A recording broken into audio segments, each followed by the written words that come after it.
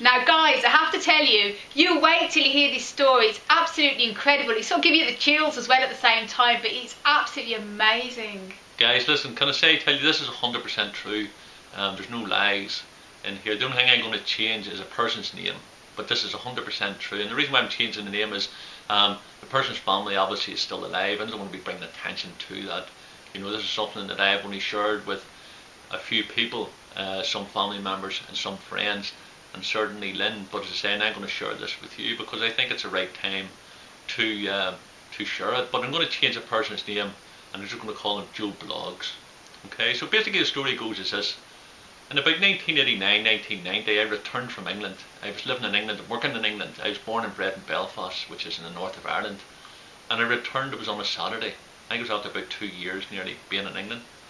And on the way up, home again, I cut up through the old neighbourhood where I grew up. It was about 2 miles away from the city centre. And I met a neighbour who I hadn't seen in possibly 4 years. Now the neighbour was a friend of our family's, lived at the bottom of our street. I knocked about with her family members. I knew his daughters, I knew his sons, I knew his wife. He and my father, my dad were friends all their lives. So this is not a stranger, this is not somebody that I would have mistaken for someone else, so I knew. So anyway, I bumped into Joe and I said, "How are you doing?" He said, "Doing great."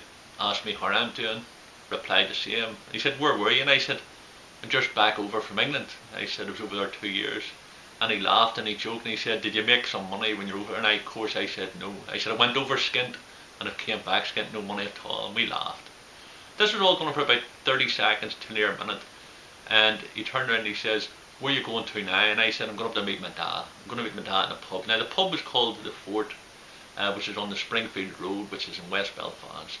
Paddy Gilmartin, Frank Gilmartin were the owners of it. So I said, "I'm going up to see my dad." And he said, "Now do me a favour. Tell your dad I was asking for him." And I said, "Of course I will." And as I was walking away, he said, "Sean," and I looked around again, and he said, "Now make sure you tell your dad that I was asking about him." Now, to cut a long story short, I goes up to meet my dad, and it was like a prodigal son returning.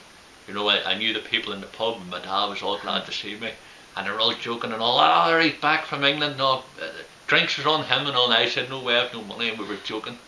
So I got a pint, I was drinking then, and I got a pint, and I turned around and said to my dad, "Here, I was talking to," I said, "Joe Blogs," and he says, "Say hi, tell you," and all the business.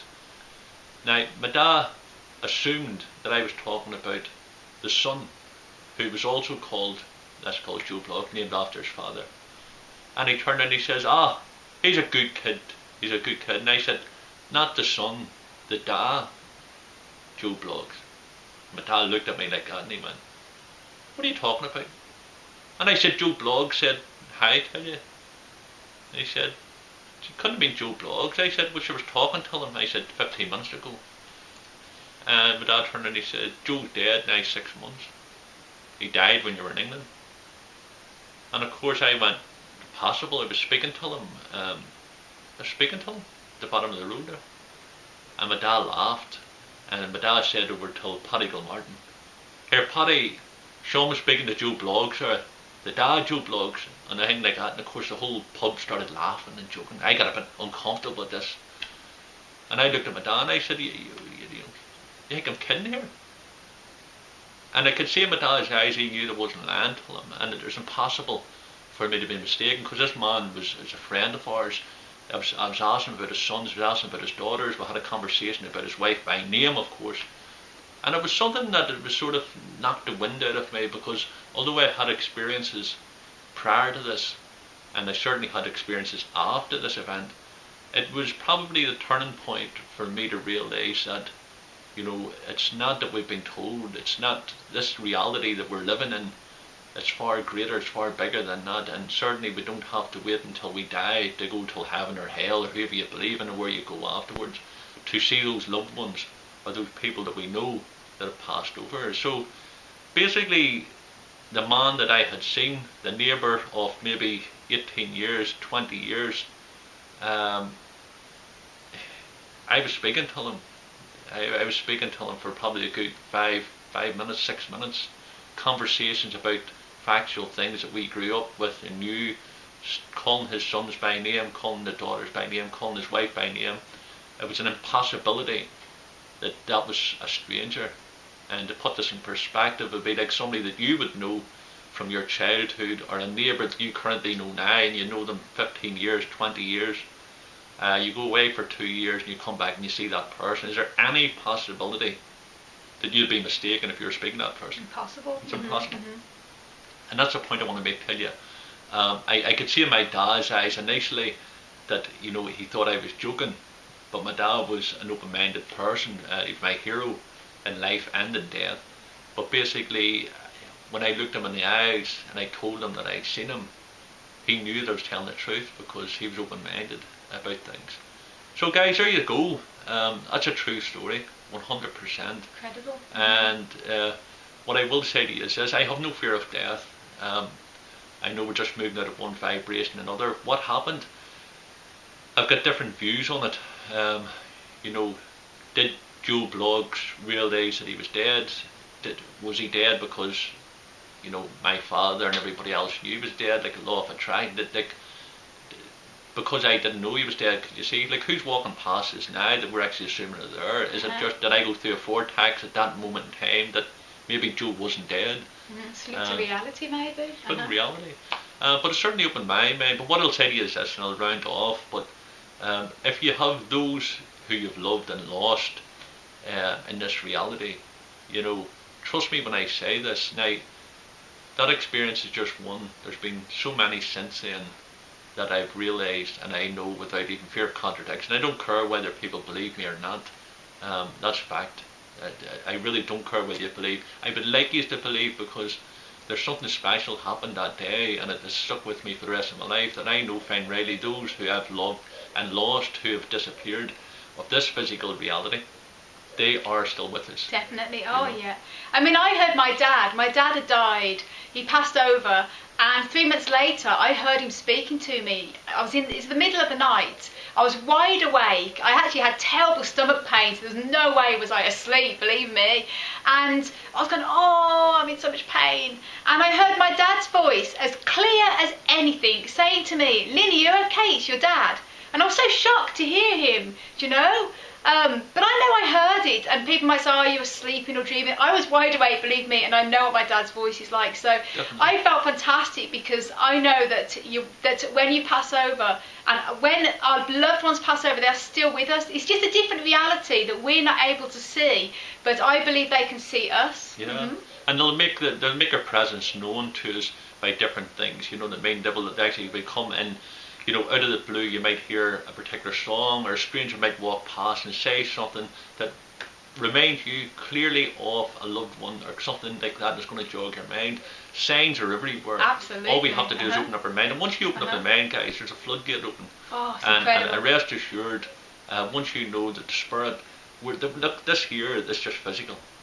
You know what I mean? Whenever I pass over to this vibration, there'll never be another Sean Allen. You know, there might be people by name, but that would be my time, and this reality is gone.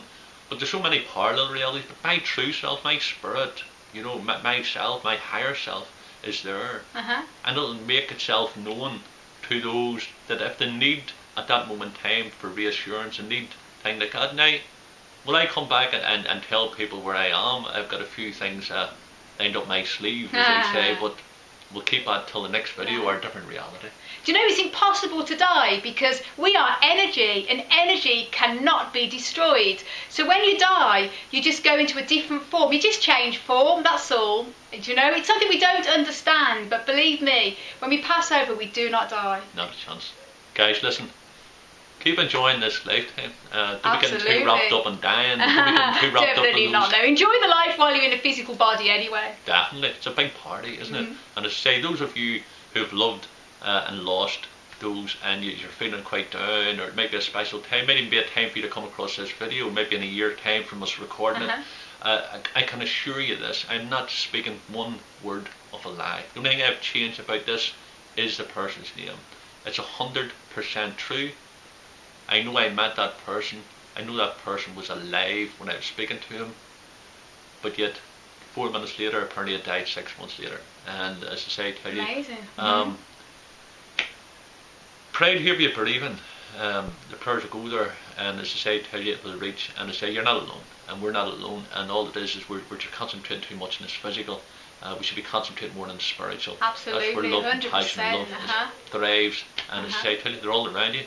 Guys, listen. Hope you enjoyed the story. 100% true.